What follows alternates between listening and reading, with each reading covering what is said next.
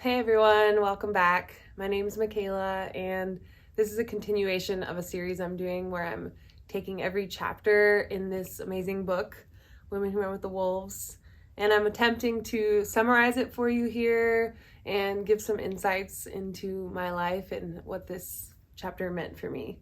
So today I'm going to be talking about chapter 8. The name of chapter 8 is Self-Preservation, Identifying Leg Traps, Cages, and Poison Bait. And this chapter has a ton of gold in it, especially if you're someone who's struggled with like hitting rock bottom in life or completely losing your way and feeling lost. I know I have felt that way, and if you're feeling that way now, I definitely recommend picking up a copy of this book. I'll put a link down in the description if you want to get a copy, but feel free to just turn to chapter 8 if this is something you're struggling with right now. She also talks a lot in this chapter about addiction and how when we lose our way, we can often turn to addiction of any sort and use that to try to fill that longing that we have to get back to our soul calling and to our path. So I really stress the importance of this chapter if that's something that you've struggled with. It's a really deep chapter, and it brought up a lot for me.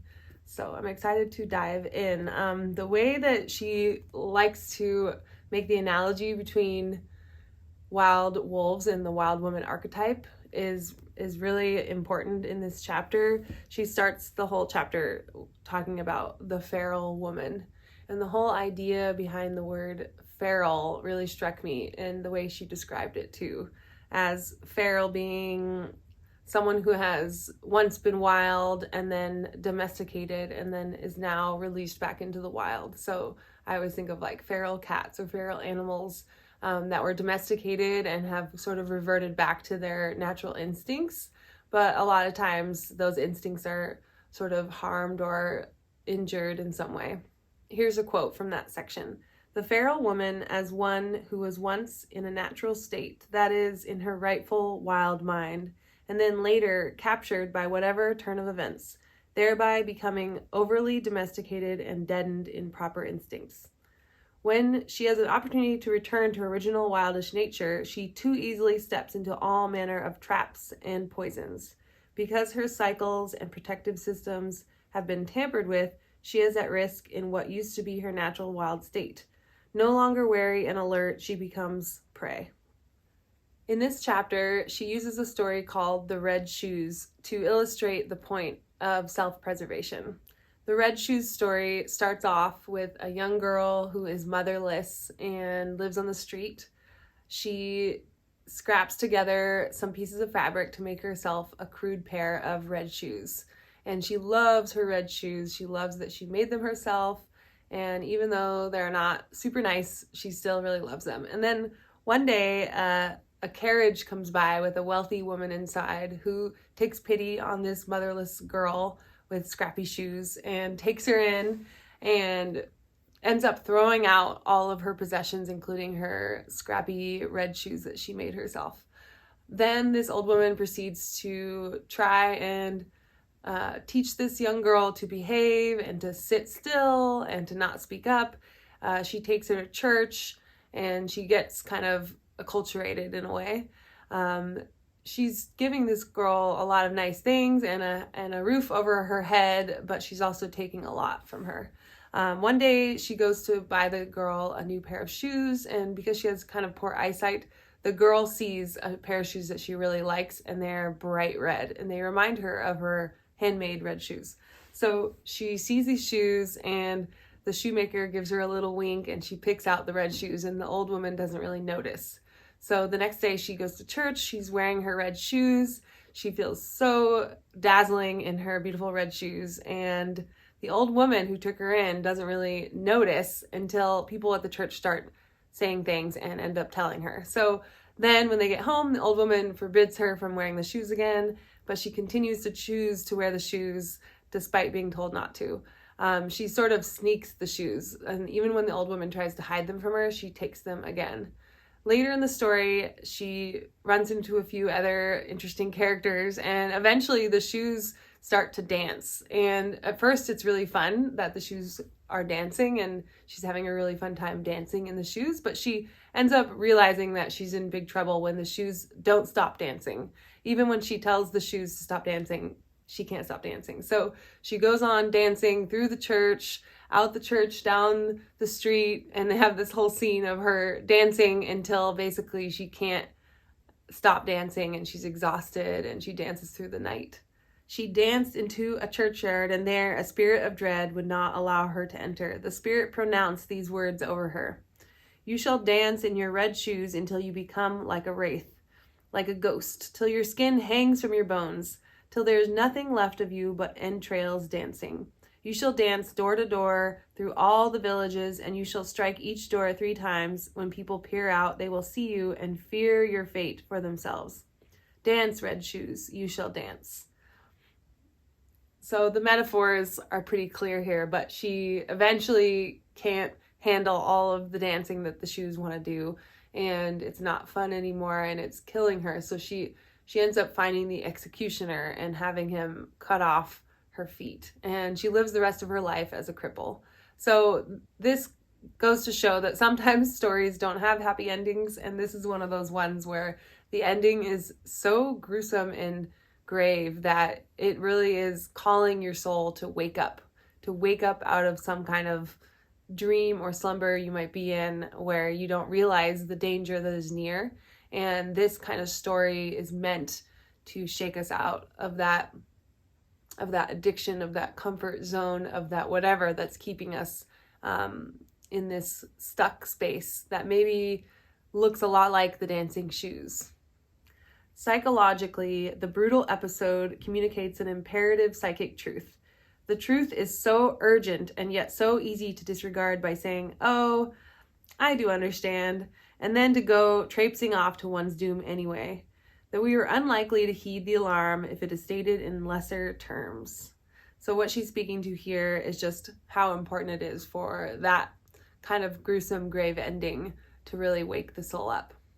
She also makes sure to point out that even if it feels like your life has come to a gruesome ending, that also could just be a phase that you're going through, and that in fairy tales, they're only just short little bits of someone's life. And just seeing that even though she ended up with her feet cut off and she's a cripple on the street, those metaphors can be healed as well. So you can grow your feet back in psychically and find your footing again and create your handmade scrappy red shoes again. All can be well if you learn to take this rock bottom and really learn from it and grow from it. There's so many good quotes in this chapter, so I'm going to read another one. "Though fairy tales end after 10 pages, our lives do not. We are multi-volume sets. In our lives, even though one episode amounts to a crash and burn, there is always another episode awaiting us, and then another. There are always more opportunities to get it right, to fashion our lives in the ways we deserve to have them. Don't waste your time hating a failure. Failure is a greater teacher than success. Listen, learn, go on." That is what we are doing with this tale. We are listening to its ancient message.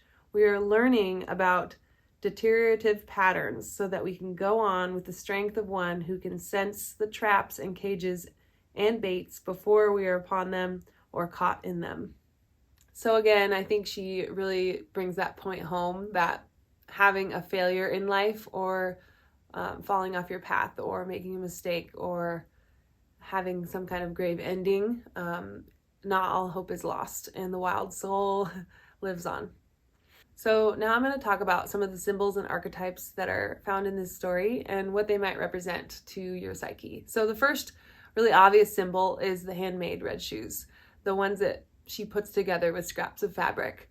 And those represent kind of the beginning of a handmade life, of a life that's perfect just for you. The way I see it is like that beginning spark of creativity, of having pride in your creations, even if they're not perfect quite yet. It's kind of like version 1 of what's going to become a beautiful thing. In talking about the handmade red shoes, she says, If well enough could only be left alone, this situation would progress nicely for the creative self. In the tale, the child is delighted by her handiwork, the fact that she could manage it, the fact that she had the patience to search and gather, to design, to piece and fit, to make her ideas manifest. No matter that at first the product is crude, many of the creation's gods through all cultures and through all time do not create perfectly the first time. The first try can always stand improvement, and the second and often the third and fourth as well. That has nothing to do with one's goodness and skill. It is just life, evocative and evolving. The symbol of the shoes is even another important part of this story. Shoes being kind of the things you stand on and the things that protect you. She even brings up that, taking someone's shoes in somewhere in a cold climate especially is pretty much killing that person, because the shoes are protecting that person from the cold, from whatever else the elements will bring. So shoes are really symbolic for a foundation and a protection. So having your shoes taken, especially the ones that you make yourself, is like having the part of your life that you created to protect you, the part of your life that you kind of rely on, that's your foundation, having that taken away from you. She also makes a point to talk a lot about the joy that this girl in the story feels about her handmade shoes, and how that joy could represent many things in life. Joy is the kind of feeling a woman has when she lays the words down on the paper just so, or hits the notes right on the head the first time. Unbelievable. It is the kind of feeling a woman has when she finds she is pregnant and wants to be. It is the kind of joy a woman feels when she looks at people she loves enjoying themselves. It is the kind of joy a woman feels when she has done something that she feels dogged about, that she feels intense about, something that took risk, something that made her stretch, best herself, and succeed. Maybe gracefully, maybe not, but she did it, created the something, the someone, the art, the battle, the moment, her life. This is a woman's natural and instinctive state of being. So I highlighted that quote because it definitely conjured up that feeling for me, and I can think of many different moments that I've had that feeling. So I think I'll just leave that as kind of an open-ended question for you to think about while you hear the rest of the summary, is when are times that you've felt that joy, the joy she's speaking of, just the thing that really lights you up in your life. Next up, she goes through each of the different traps that are described in this story and kind of talks about what those could mean in your life. The first trap being the carriage that the old woman comes in to pick her up, to save her from her poor life on the street. And that one's a pretty simple one. The carriage is sort of like the thing that takes you out of your misery, or the thing that takes the sting out of life. So I think of like the comfortable job with the comfortable income, or the marriage that feels safe because you're supported. A lot of times this carriage metaphor or symbol could mean kind of financial security, choosing financial security over kind of the soul's longings. But it's not always that. Sometimes it can just be like comfort zone decisions, right? Like not like putting away the projects that really light you up because they just don't seem important right now, or really kind of having your priorities a little bit backwards. The next trap is the old woman herself. So the old woman in this story represents the archetype of this older, kind of more rigid person, and it could be a man or woman, or it could just be someone in your psyche. It's just a part of you that wants conformity and that represents sort of the culture at large. She takes a moment to really dive into the impact of culture and community on the wild soul, and not to say that the wild soul can't be part of a culture or community, but just knowing the dangers of collective groupthink and conformity. Regardless of collective affiliation or influences, our challenge in behalf of the wild soul and our creative spirit is to not merge with any collective, but to distinguish ourselves from those who surround us, building bridges back to them as we choose. We decide which bridge will become strong and well-traveled, and which will remain sketchy and empty. And the collectives we favor with relationship will be those that offer the most support for our soul and creative life.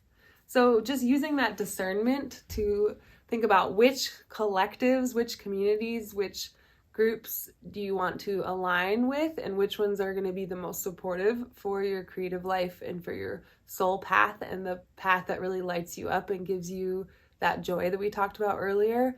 And noticing when the collective or group or family, it could be like a job that you're at, or a family member or family members, or just different communities that you're in, a religion, anything where it feels like there's a lot of social pressure to give up the things that mean the most to you. That is where kind of the trap could lie. And in this case, it was the older woman and the church and all of them wanting her to conform and sit still and not speak up, and especially not wear the red shoes. These are all kind of symbols for letting your soul path go in favor of the collective and what the collective deems appropriate. The next trap that she speaks of is the burning of the treasure, and thus the soul famine. So when the old woman takes all of her possessions, and especially her handmade red shoes, and she burns them to ashes in the fire, that just represents the beginning of that longing and that throwing away of the thing for this security, for this collective that we talked about in the last trap, and what that does to a woman's soul. This quote really spells it out. A woman who is starved for her real soul life may look cleaned up and combed on the outside, but on the inside she is filled with dozens of pleading hands and empty mouths. So that is really speaking to, and she'll talk more about this in later traps as well, it's really speaking to that shadow aspect where we take the parts of us that really have longing and desire for something, and we kind of stuff them down and try to not let them come out. And what that creates is sort of like a battle between the internal and the outer world. And that's what she means by the hungry mouths. And having those hungry mouths is one thing, but after they've been around for a while, this feeling, this longing, this missing piece of your soul, that's where things of excess can really come in. And it's sort of like, she uses the example of like when you're holding your breath, and then the first breath you take like a huge gulp of air because you're just so starved of breath. And that feeling is so visceral. When she told that story, it was such a perfect analogy to the feeling of having something of meaning taken from you, and then the first glimpse that looks similar enough to it, and not being able to control yourself. So that's sort of what happened in the story with her red shoes. She found these red shoes. She kind of had to sneak them, and now all of a sudden she can't get enough of them, and the shoes kind of take over. The next trap is pretty self-explanatory. It's the injury to basic instinct. Now, that's what we talked about in the beginning a little bit, where it feels like a feral woman is kind of the perfect example of that, of having those wild instincts and kind of knowing where you should go and where you shouldn't, or what you should follow and what you shouldn't. But then a lot of times when you get too domesticated, you kind of get disconnected from those longings, from your desire, from your intuition, from all of the parts of you that were helping you discern where you should go and where you shouldn't, kind of thing. And that basic instinct is really important for knowing, for example, that those ruby red shoes weren't probably going to be the best idea, but because she's been so domesticated and she's so starved for meaning, the girl in the story goes for the red shoes, and that can mean whatever it means to you. The next trap she talks about is trying to sneak a secret life split into, and we've talked a little bit about that already, but just that idea of being sneaky, of having to be sneaky, is just a clear sign that this divide is happening, this internal external battle, because being sneaky not only means that you're being untruthful to something outside of you, but it usually indicates that something outside of you is pressuring you to conform, and that something inside of you is longing to break free. So noticing any amount of like sneaky energy that you might have, or where there's a lot of secretiveness, or trying to hide parts of yourself, and don't beat yourself up for that. That's just something to notice and be curious about, and just know that being more secretive and sneaky is the word she uses a lot, and sneaky has its own specific energy, I feel like, and having that sneaky energy in your life is a clear sign that there's something up. So be alert. In this part, she talks a little bit more about that shadow aspect. In the view of analytical psychology, the repression of both negative and positive instincts, urges, and feelings into the unconscious causes them to inhabit a shadow realm. While the ego and superego attempt to continue to censor the shadow impulses, the very pressure that repression causes is rather like a bubble in the sidewall of a tire. Eventually, as the tire revolves and heats up, the pressure behind the bubble intensifies, causing it to explode outward, releasing all the inner content.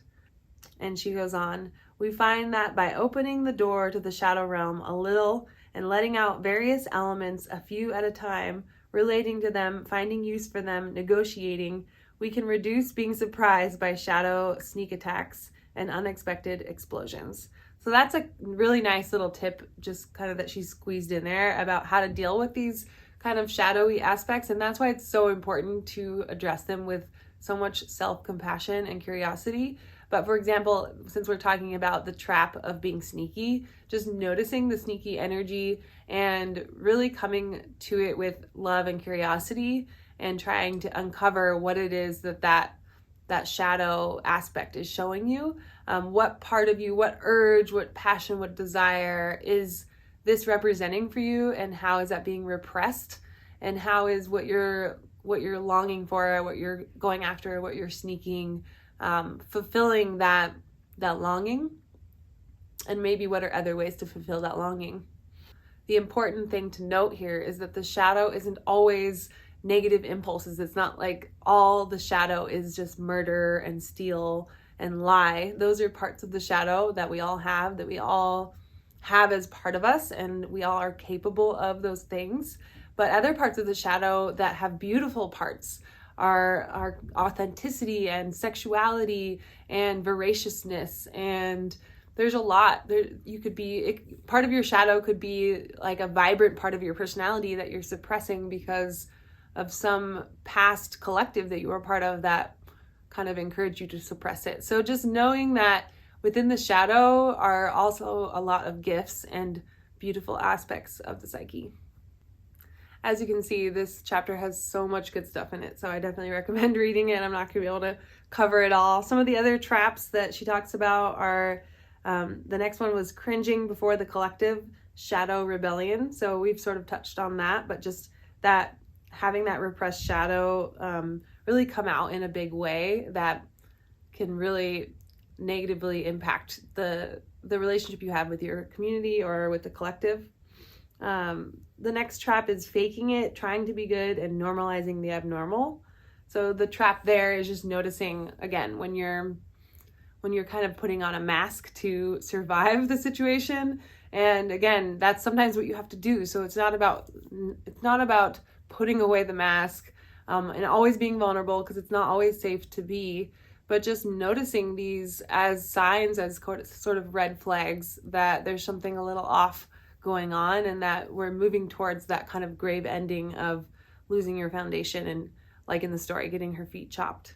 The last trap is the hardest sometimes to get out of, which is the dancing out of control, obsession, and addiction. And then she goes on to really go deep about addiction, and addiction can be so many things, and it's a really complex topic, very stigmatized.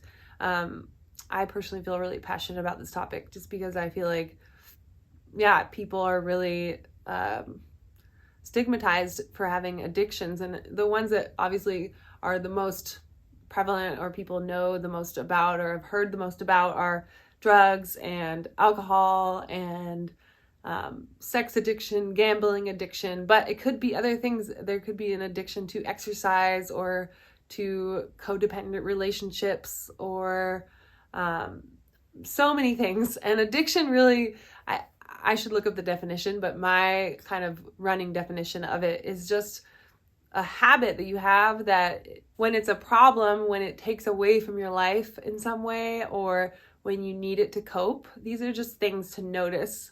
The other really big red flag is when you have a split mind, when there's a part of you that says, I shouldn't do this, but then there's another part of you that's like, no, come on, just do it. And that kind of split mind is sort of what we were talking about earlier with the sneaky life. So just noticing when internally you have these kind of inner battles going on, and that's when you know that addiction could be present.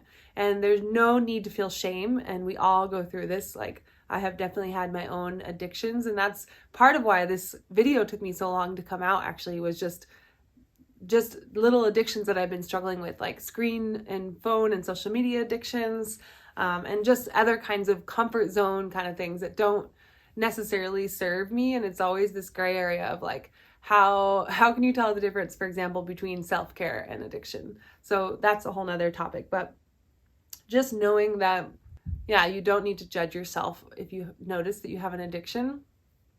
And bringing it back to the story, the red shoes, the dancing red shoes represent, I think, the addiction in that sense, in that first she sneaks them and it's making her make these choices that are sort of seen as bad by the collective. But then later it's like the shoes kind of take over, and it's almost like she has no control. So it's that same idea of having the two voices, where the part of you that doesn't want to do it anymore doesn't really have control or a say. And the part of you that says, let's just do it, is kind of the red shoes taking over. So the red shoes taking over really represents that loss of control of your path and of the things that you really want and you know are good for you, and the kind of spiraling out of control. And then it comes down to that she just is begging for mercy and begging to have her feet chopped off. And that could mean anything it means to you. And that definitely would be like a rock bottom of some sort with an addiction. And just to make a note that if a lot of this is resonating and you feel like you might be struggling with an addiction, I have so much love and compassion for you, and I would be happy to hear from you. And I also highly recommend seeking out help. Yeah, we can't do this alone. And especially if you're in that situation with the shoes that are out of control and they're just dancing you away, we need each other. We need to hold each other through those times. And that is the work of a professional therapist. There's so many amazing therapists out there that are really helpful with specifically addiction. I'm hoping to one day be one of those. So this is just a topic that I'm really passionate about. And I will just say that imagining myself in the future as a therapist, I would be more than happy to help someone that's going through that. So please don't feel ashamed. It's very relatable. It's very human to be experiencing this kind of predicament, I guess. And it's really easy to have compassion for people that are going through that because it's so human. Ultimately, she ends the chapter on somewhat of a positive note, reminding you that a lot of these traps are just to show you the map and to give you that kind of clear perspective of what to look for when you might be slowly falling into these traps, when you might be slowly growing in this soul hunger for a handmade life, and how to pull yourself out of addiction or of having your feet chopped off. Like, even if you're at a complete rock bottom, how to pull yourself out of that and remake your life starting from scratch, going all the way back to the girl that was living in the streets, making her handmade red shoes from the scraps of fabric. So using that symbol in your mind of what does that look like to you? So my journal prompts for you today, and I'll make sure to put them below in the comments as well.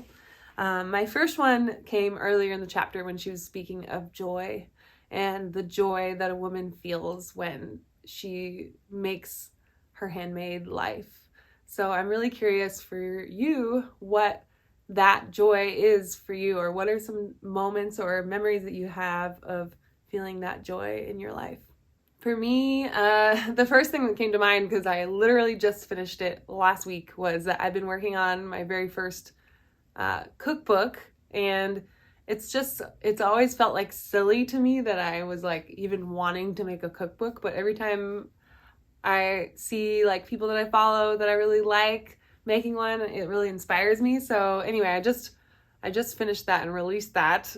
That joy of finishing a project has really got me hungry for finishing projects. That's like part of why I'm back here making this video, is realizing that sometimes I let these projects kind of go for a little while, which is totally fine. And I have a ton of self-compassion for myself for doing that. But it's almost like remembering how good it feels to finish something, even if it's just a first attempt or a first draft. Like, it's my first cookbook that I've ever made. So I was trying not to be too perfectionist about it, but just knowing that I completed it, I feel so proud of myself.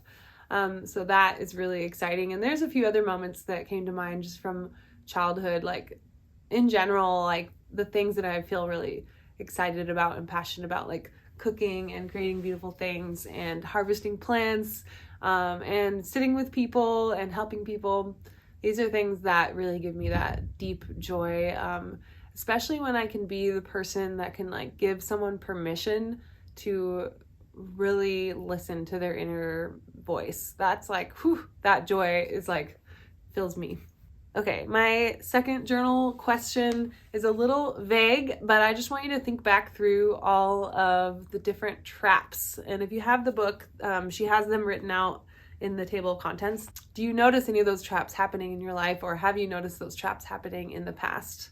And I feel like I'm in the midst of a lot of interesting relationships to these ideas, because I'm taking the year off from teaching. So I'm really reflecting on a lot of like what parts of me have stayed in comfort zone kind of work situations, and what parts of me have had this like longing, and just noticing the complacency and almost like depression that has come from not making enough changes and taking enough risks in my life. So that's been a really big thing this year, is like really jumping off a lot of cliffs. Like, I moved out of my community house that I was living in for 10 years, and I'm taking time off from working at the school that I've been working at for 13 years. So those feel like interesting relationship to these concepts of traps, where I felt sort of trapped and I couldn't really pinpoint what it was, but kind of just making a choice and moving